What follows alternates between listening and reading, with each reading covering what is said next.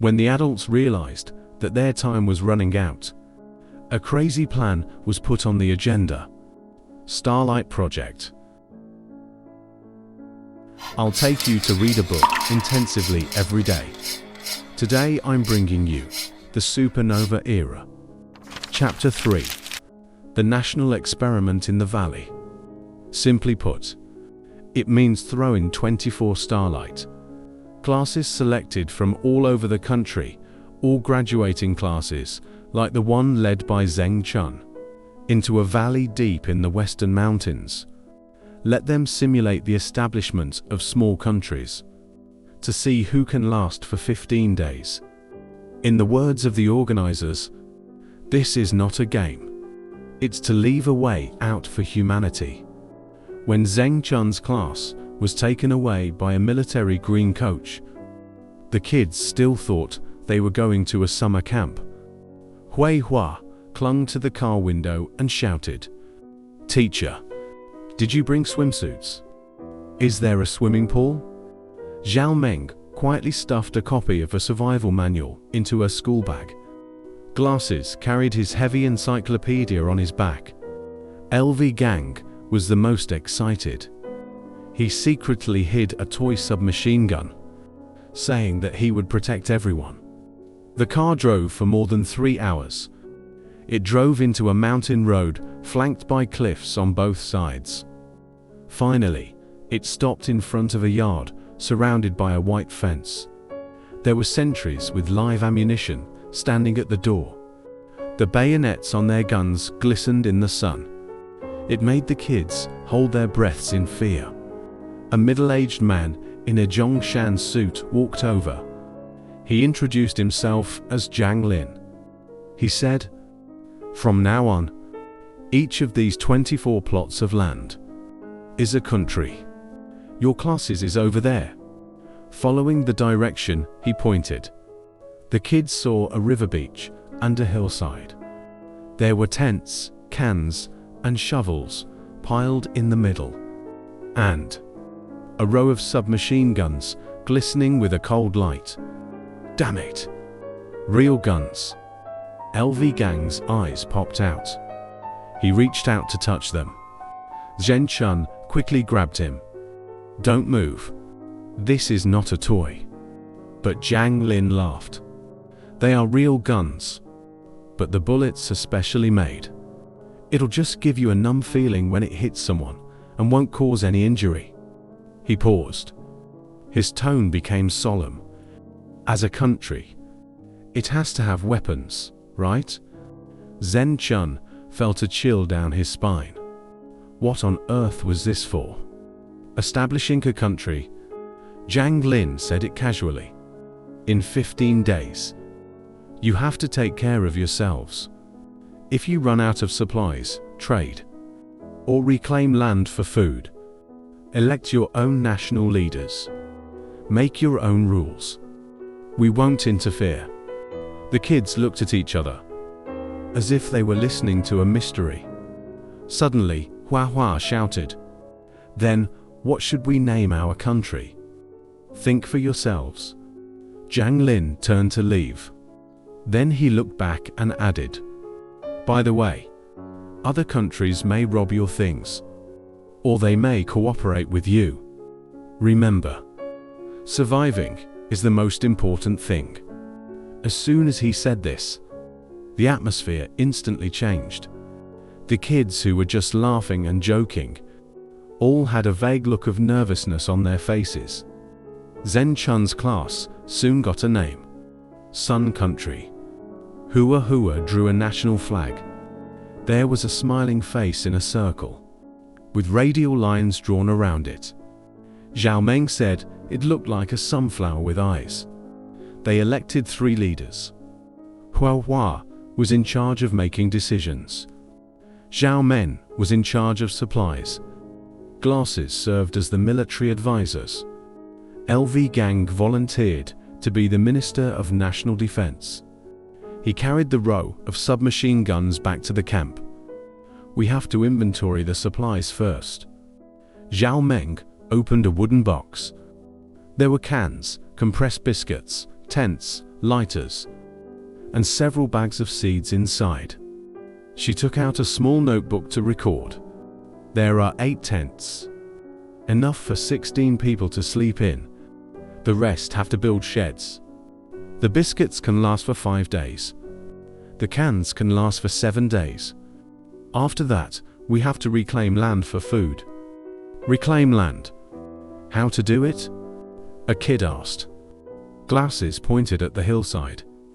The command group said, reclaim land to plant seeds.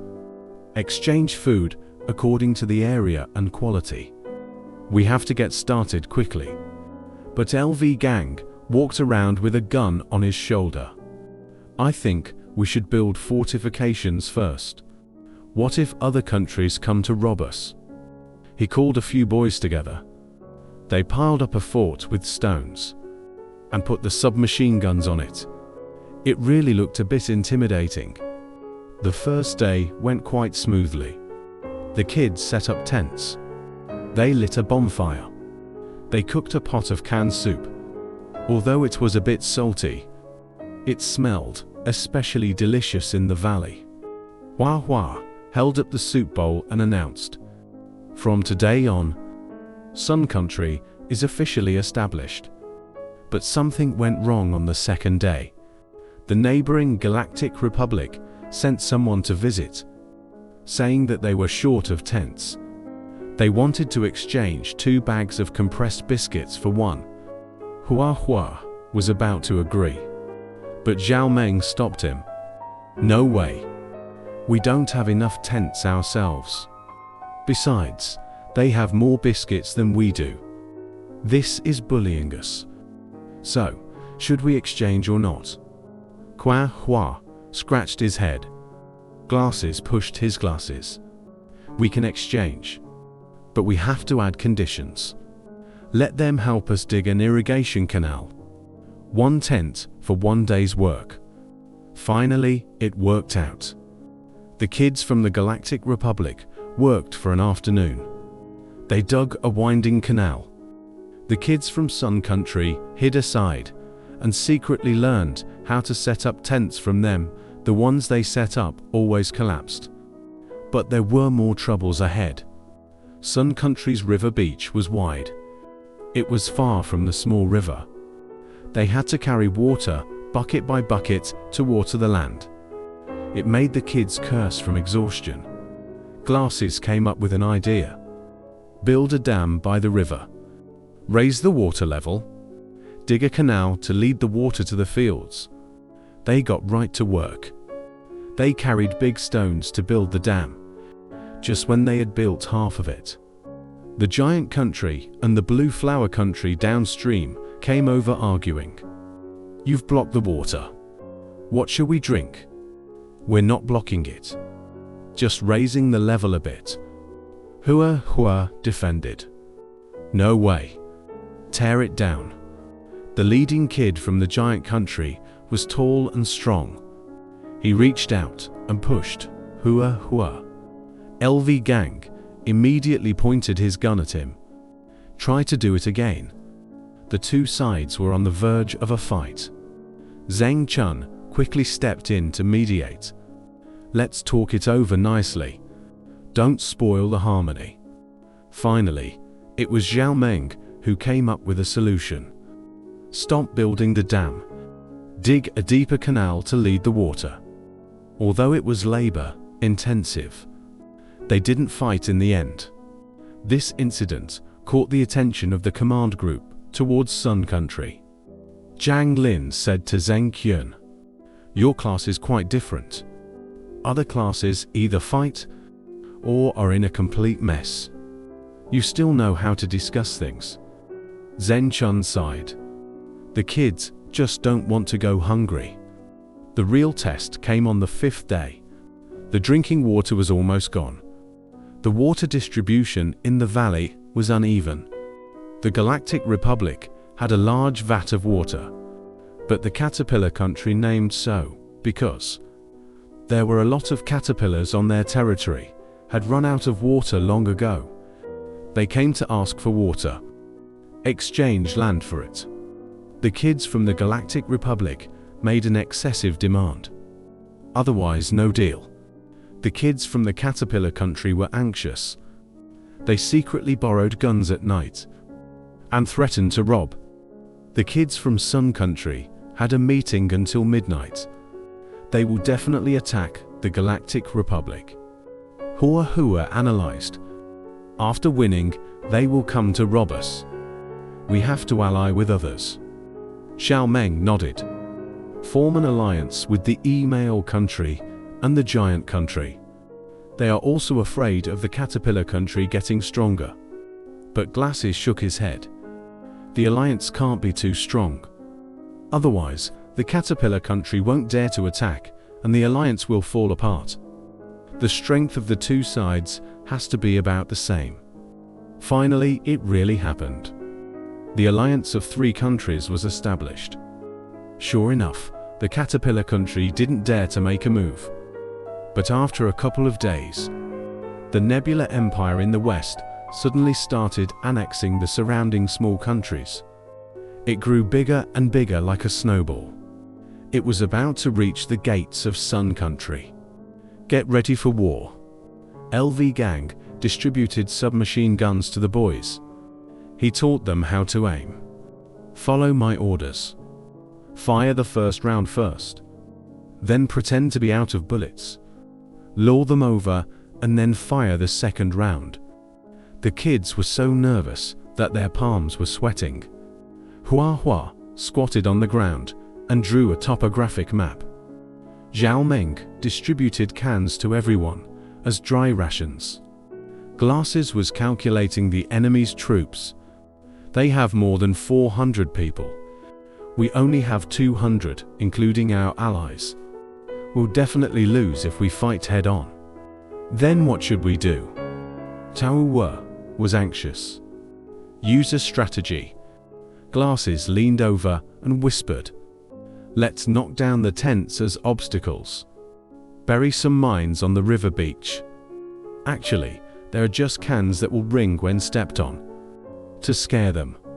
On the day the battle started, the kids from the Nebula Empire rushed over in a dark mass. The battle cries made the valley hum. Sun Country fired the first round of shots. The enemy quickly lay down, out of bullets. The kids deliberately shouted. They pretended to run back. Charge. The kids from the Nebula Empire really fell for it. They roared and chased after them. Just when they reached the middle of the river beach, there were clanging sounds under their feet. It scared them into thinking they had really stepped on mines. They turned around and ran. At this time, Sun Country fired the second round of shots. Although no one was injured, it scared the enemy out of their wits. We won! The kids have jumped up and cheered. LV Gang spun around with his gun in hand. Hua Hua almost spun around with Xiao Ming in his arms. Glasses pushed his glasses. A rare smile appeared on the corner of his mouth. Just then, a helicopter flew over from the sky. The loudspeaker shouted, "Game over. Everyone stay where you are." The kids were all confused. Zhang Lin walked over and said, "You've passed the test. Next. There are more important things waiting for you." Zhen Chun looked at these kids with tanned skin and calloused hands. Suddenly, he felt that they seemed to have grown up overnight. Hua Hua was no longer noisy. Xiao Meng's ledger was neatly kept. LV Gang's troops looked decent. Even Glasses dared to talk to people actively. "Why on earth is this?" a kid asked. Zhang Lin didn't answer directly. He just said, "You'll know when you get out. Remember what you've learned here. How to cooperate. How to fight. How to survive." When the car drove out of the valley, the kids looked back at the river beach and the hillside. The tents were still standing crookedly. The seeds in the fields had just sprouted, like a field of green little stars. "Will we come back here?" Xiaomeng asked. Hua Hua looked out of the window. Maybe not. But I think what we've learned here will last us a lifetime. You must have thought of it.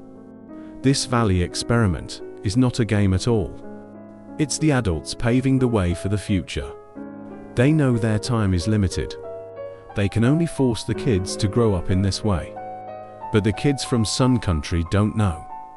The little experience in governing a country they gained in the valley will be used to support the fate of the whole country in the future. The next chapter is the real storm. When the adults leave completely, what these kids have to face is not just about robbing water and food. That's the end of this chapter. If you like it, don't forget to like and follow. I'm Shiju.